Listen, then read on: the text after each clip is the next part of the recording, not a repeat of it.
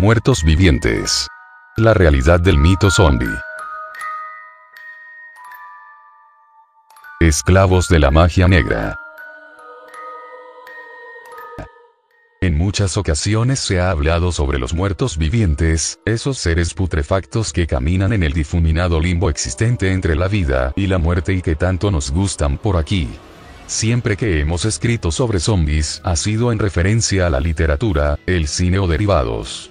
Conozcamos hoy la cara real de los zombies. Personas que una vez muertas y enterradas, vuelven de nuevo a caminar en el mundo de los vivos por obra y gracia de los Bokor, o magos negros haitianos. La mayoría de nosotros al escuchar las palabras zombie real, las relacionaremos al instante con vudú, magia negra, Haití y superchería africana. No sin motivo, ya que Haití es el único país que recoge en su código penal el castigo contra la zombificación. El artículo 246 recoge como intento de asesinato la inducción en una persona, por envenenamiento o empleo de ciertas sustancias, de un estado letárgico similar a la muerte. Y si esta persona es enterrada, aunque después sea exhumada con vida, tal intento pasa a ser considerado asesinato. El origen de estas prácticas en este y otros países caribeños se pierde en la noche de los tiempos. Se dice que estas prácticas fueron traídas por los esclavos africanos que fueron llevados allí en tropel durante las épocas coloniales, aunque la especialización en este tipo de magia negra para lobotomizar a sus víctimas es bastante confusa. Las primeras informaciones documentadas se remontan a principios del siglo pasado.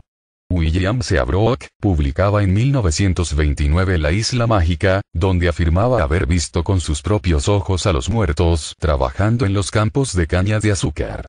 Más tarde, otros escritores como Lafcadio Arno, la periodista Inés Wayase, tratarían el tema más a fondo y sus reportajes darían origen a las primeras películas sobre el género zombie, como el clásico Yo anduve con un zombie, de Jacques Tourneur, rodada en 1943, y que daría a conocer algunos casos de estos zombies auténticos.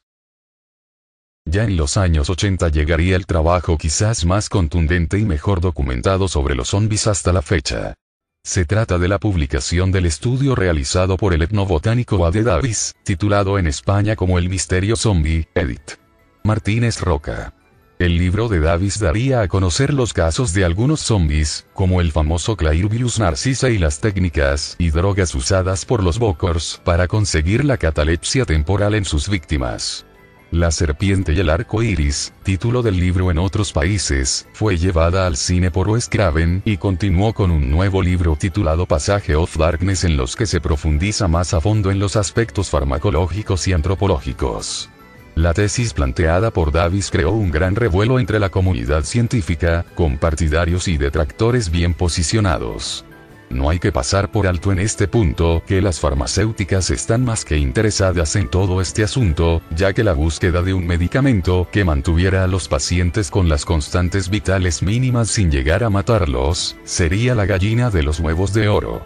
Los ejércitos pagarían una buena suma de dinero por tener en sus botiquines la pastilla milagrosa que mantuviese a sus heridos graves en estado de animación suspendida hasta el momento de poder ser resucitados. Por el momento, los zombies están muy lejos de todos estos asuntos y simplemente han formado una especie de macabro subproletariado que ha servido a sus amos sin pedir nada a cambio, al mismo tiempo que han sido utilizados como advertencia para aquellos que se han atrevido a desafiar a sociedades secretas y mafias que, a menudo en connivencia con el gobierno, han ostentado el poder en secreto. Según distintas investigaciones, la zombificación también ha sido un castigo ejemplar que asociaciones políticas y criminales como la Blinblindingue o la Bisango aplican a quienes se enfrentan a ellas o faltan a sus preceptos y extorsiones.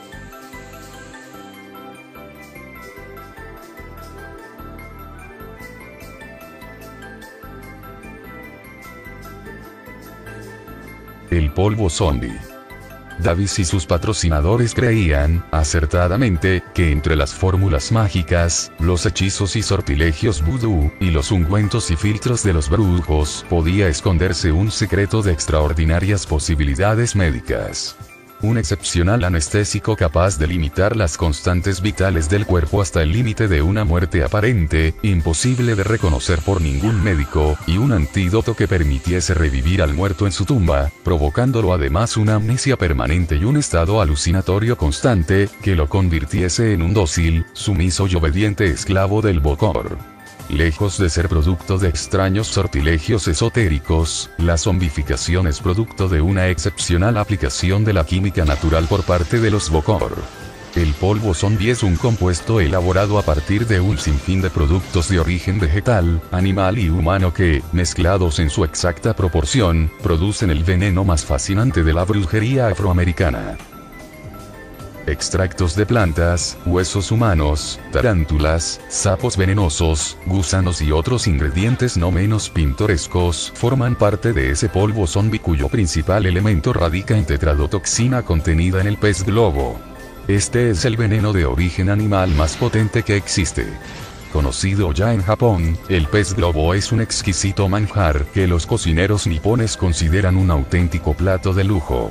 Pero precisamente la mortífera toxicidad de los ovarios de las hembras, que solo un chef experto sabe identificar, ha provocado numerosos casos de muerte por envenenamiento en restaurantes japoneses. Para crear un zombie, el brujo lo envenena con la mezcla tóxica. Se le puede administrar en la comida, o frotándola sobre la piel. Un método común es espolvorearla alrededor de la casa de la víctima, para que ésta, al caminar descalza, la absorba a través de la planta de los pies o la respire al levantar el polvo cuando barra. La tetraodotoxina del pez globo es 1200 veces más potente que el cianuro, y en un solo pez hay suficiente para matar a 30 hombres adultos. La piel de la rana común, bufo, también puede ser letal. Tiene efectos alucinógenos, vasoconstrictores y epileptogénicos, especialmente si la rana se ha sentido en peligro.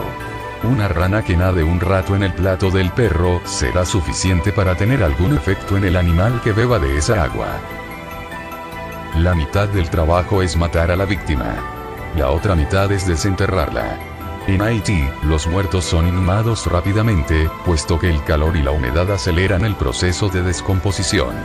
El brujo debe desenterrar rápidamente a su nuevo esclavo antes de que muera por asfixia. Una vez desenterrado, el brujo les da a comer datura stramonium, conocida también como toloache, un potente psicoactivo en la dosis correcta, y un veneno letal en la incorrecta. La datura rompe cualquier lazo que pudiera conservar con la realidad después de haber sufrido el trauma de ser enterrado vivo, enloqueciéndolo y borrando todos sus recuerdos. El zombie no sabe qué día es, dónde está, ni cómo se llama.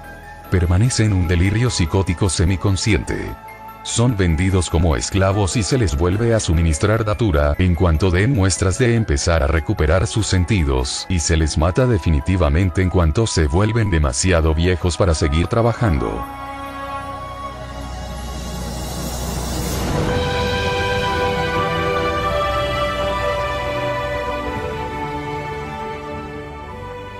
Algunos casos de zombies. Clairvius narcisse.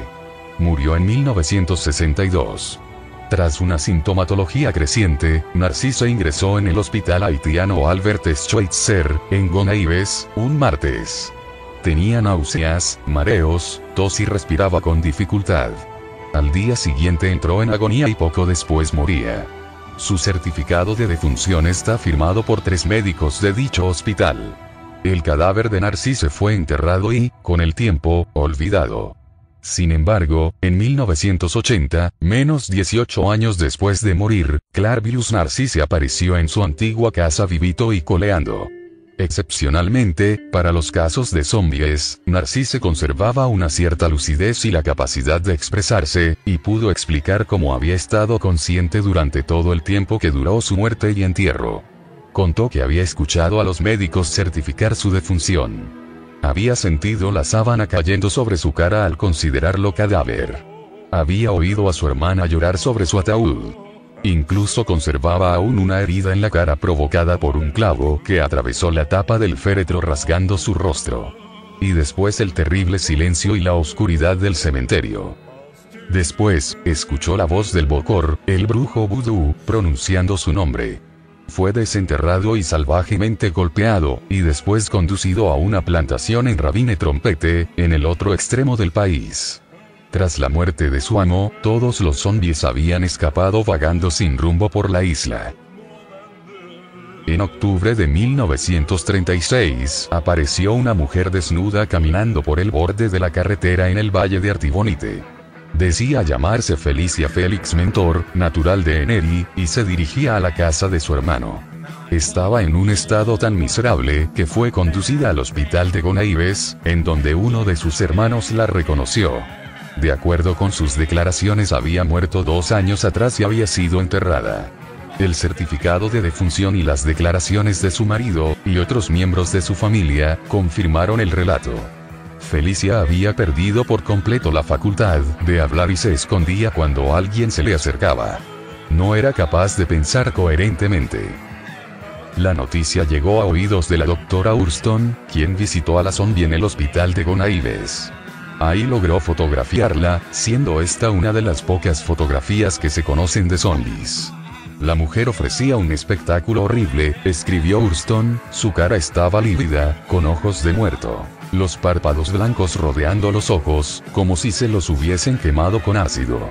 No se le podía decir nada ni oír una palabra de sus labios, sino solo mirarla, y la visión de aquel desecho era demasiado para soportarlo durante mucho tiempo.